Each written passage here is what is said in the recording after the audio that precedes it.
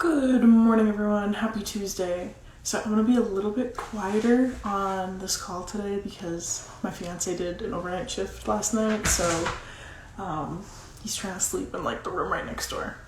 But today I wanted to talk about something that I wanted to bring up last week, which was this whole client world, getting results for your clients, getting clients, all that stuff.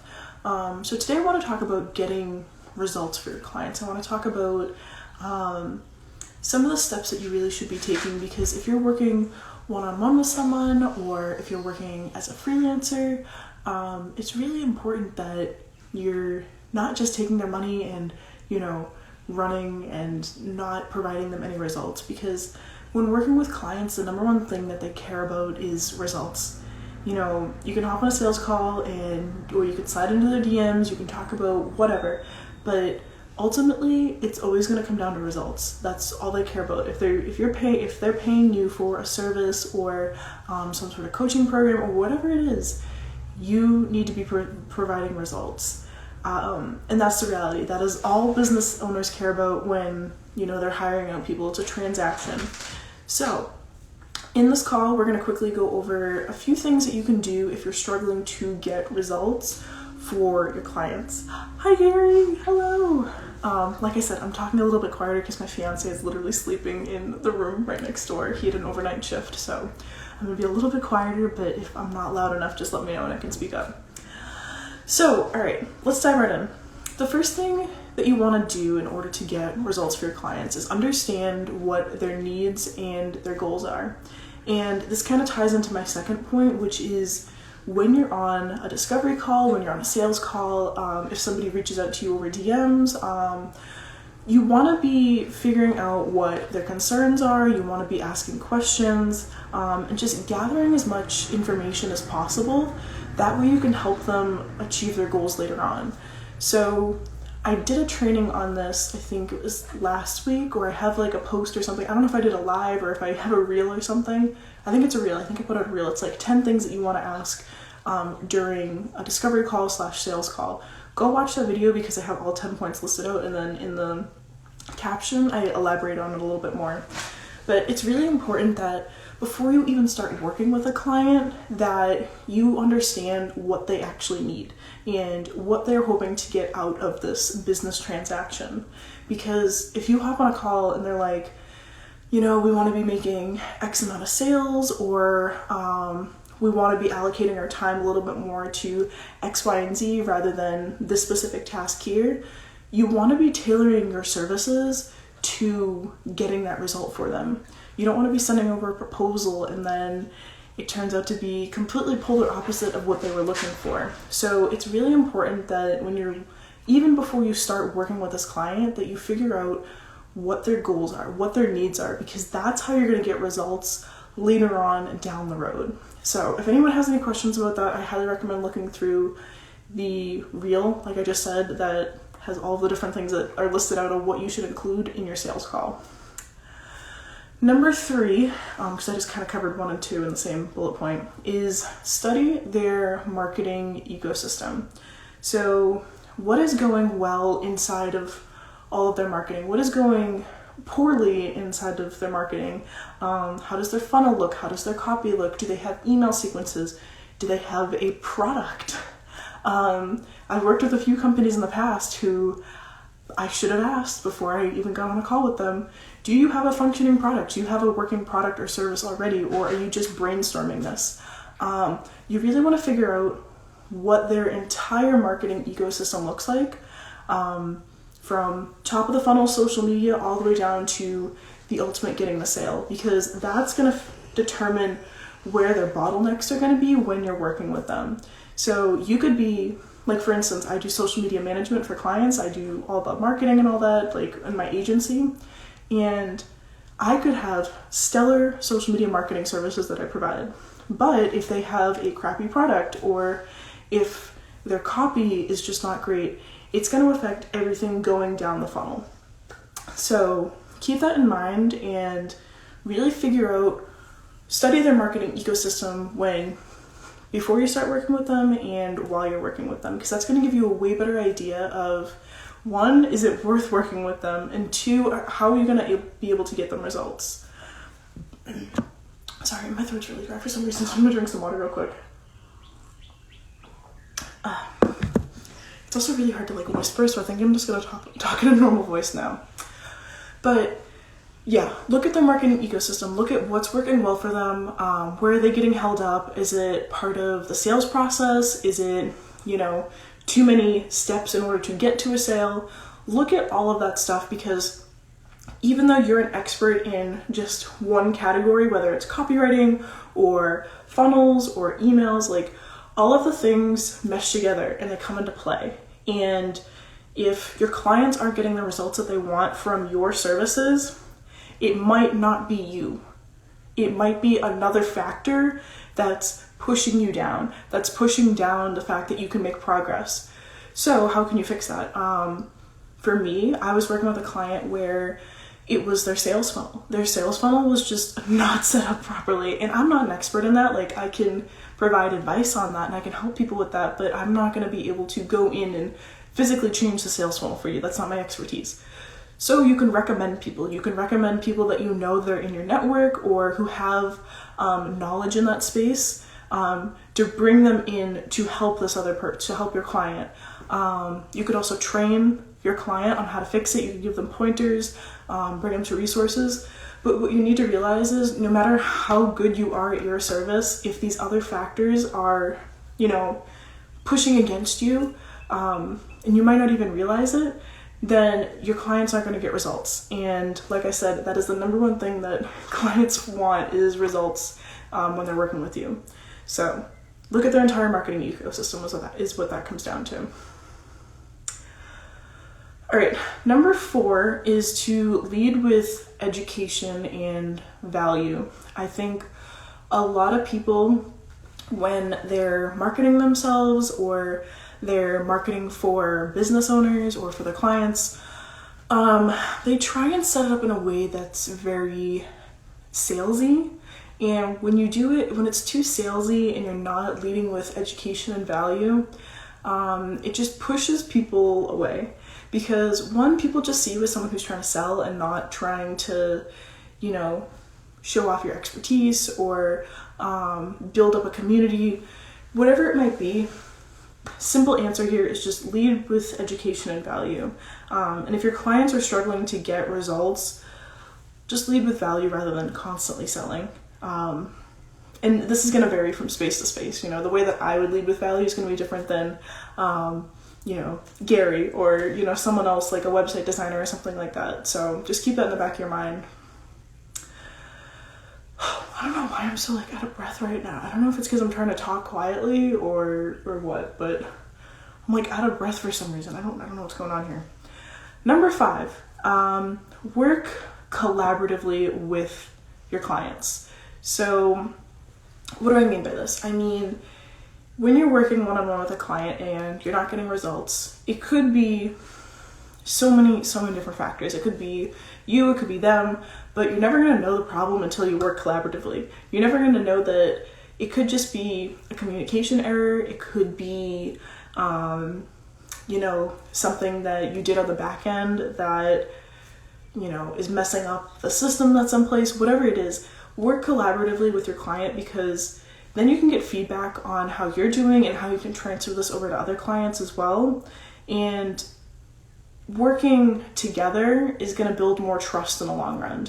So yeah, you might have had something mess up. Like, for instance, I had a few grammatical errors on a graphic post that I put out a few months ago, and it caused a little bit of an issue. Normally grammatical errors aren't a big problem, but it was kind of like the wrong spelling in the wrong way.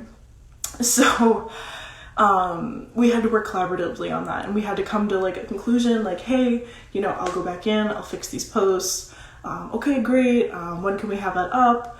And you know, you don't want to, you want to be working as a team, and that's the biggest thing. You're not just providing the service. It's a back and forth. It's a transaction. Okay. You can't do your services unless they provide you the information that you need to do your services. So have clear and open communication, whether that's having, a Slack channel where you can go back and forth, whether that's email, whether that's setting up weekly or bi-weekly meetings, but get to know your client on more of a personal level and understand, you know, the things that make them tick, understand the things that, you know, are working for their business and what aren't working, what stresses them out. The more you can learn about your client and who they are as a person and not just a business owner, you're going to get results in the long run because you're working together as a team now rather than as two separate individuals. So I hope that makes sense. Restraining your enthusiasm can do that. I think it's all just like I'm trying to talk quietly, and I don't know why, but talking quietly is like making me lose my voice a little bit more. So I'm gonna take another water break and see if that helps. But normally this doesn't happen, so. Okay. Number 6, study your client's competition. So your service is a broad service. So social media marketing, right? That is a very, very broad thing.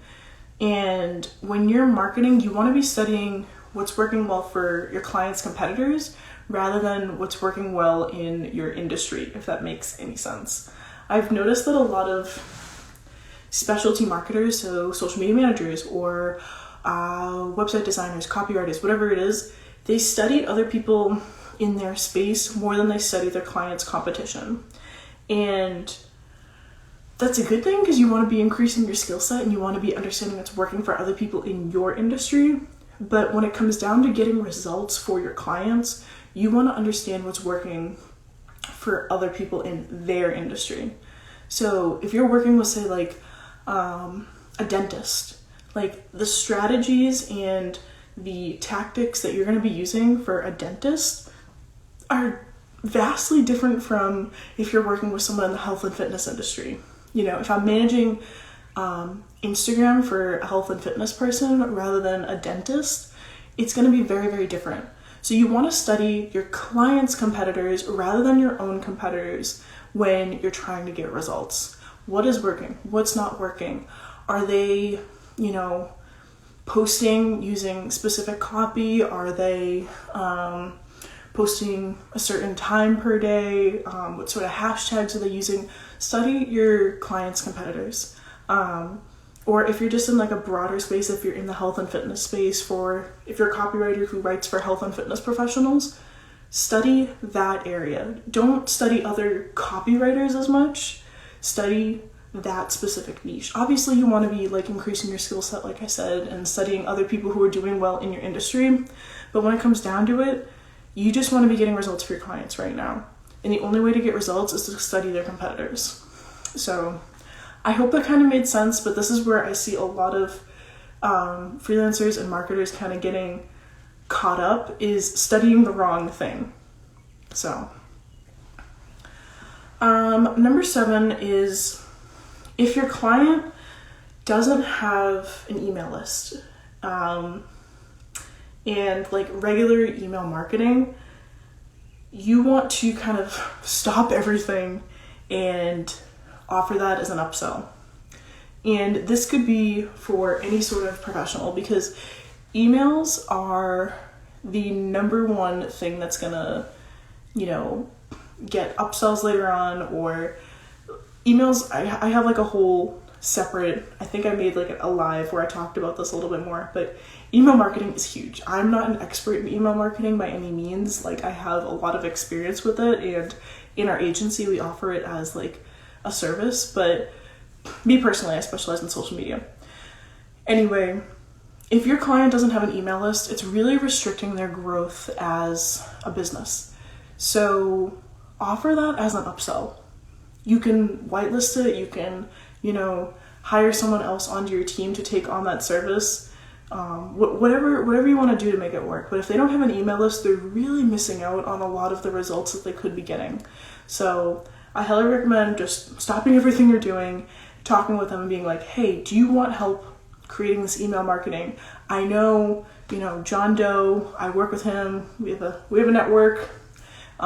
We can figure something out to get you guys an email list up and running, because the email list is kind of the thing that ties everything together. The social media, the copywriting, the funnel, the sales, your pricing. It literally ties everything together. And if it's not set up, or if they don't even have one, or if they're not using it, then you're going to be missing out on a lot of results that you could be getting for your clients. And this is in any industry. So offer that as an upsell. I've done it before. One, you can make more money. Two, you get more results for your clients. So, all right. And then last but not least, your client has to want to win. They have to want to grow. They have to want to see the results. And they need to be invested in their own business. They need to be invested in their own success. And if they don't have that like passion for what they're doing, if they don't have that drive, then start looking for new clients, you guys. You know, just start looking for new clients. If this could go into the whole like red flags situation, and like I could talk forever about red flags with clients, but if they don't have the spark, and you know that they don't have the spark, then don't work with them. Don't work with them, you know, or just like finish up your contract and let it go, because if they're not themselves in the mindset to be winning and to have success and to get the results that they want, then they're never going to get them. Because like I said, it's a two-way street. You provide the service, they provide you with the information to get the service to work. And if they're not willing to provide you with the information that you need in order to give them success, then it's never going to work. Like, you're kind of just like, I don't know what the phrase is, like, it's never going to work. Like, it's not going to happen. So if you see that, like, already starting to happen with your client, if they're like not trying to make it work, then let them go. Let them go. Because in the long run, they need to be invested in their business more than you need to be invested in their business. And if they're not setting themselves up for success or in the mindset to have success, then they're never going to have success. No matter how much front end work you do, once you're done working with them, they're not going to take your systems or your strategies or your copy or whatever it is and make it work for their business. They're just going to let it drop. And I'm saying this from past experience. I've worked with clients who, you know, I'm 100% all in, putting my effort into making this work for them and teaching them the strategies and giving them, you know, all of the information and the done for you services that they need to make it work. But once our contract is up and I'm like, here you go do it, I'm handing you all the resources, and they don't do anything with it, then that's on them. It's not on you. So if you see that, not only is that a red flag, but just know that it's time to walk away. So I'm gonna end this pretty early just because, like I said, my fiance is sleeping right now and I don't want to wake him up. And also, I don't know what's going on. I don't know if I have like asthma or something, or I don't know, I hope I don't die, but I'm having trouble like catching my breath for some reason right now. So yeah, those are 10 ways to get results for your clients. And like I said, results are the biggest thing. Results are the number one thing that any sort of service provider needs to be giving. You need to be providing results. Don't overpromise on something you can't deliver. You know, take on challenges. I'm not saying don't take on challenges. You know, if, like the whole email marketing example, if you're a social media marketer and you see that someone needs help with their email list, definitely offer that as a service. You can find someone to help you with it and to help you get success with the email marketing. But don't take on things and like give guarantees to things that you can't guarantee. So I hope that helps. And if you have any questions, send me a DM. I will gladly respond over text right now. I don't know what's going on. Maybe I'm just like hot. Maybe I need to turn on the AC or something like that. I don't know what's going on here. But don't die if I need you, Olivia. I'm gonna try not to. Yeah, I don't know what's going on here. But okay. Have a good one, you guys. If you have any questions, like I said, DMs are always open. Send me a DM. And yeah, I will see you, I think on Thursday is when I'll be back. And if you have any specific topics you want me to cover in one of these lives, just let me know. I'm always looking for new content ideas on how to help you guys. So bye for now.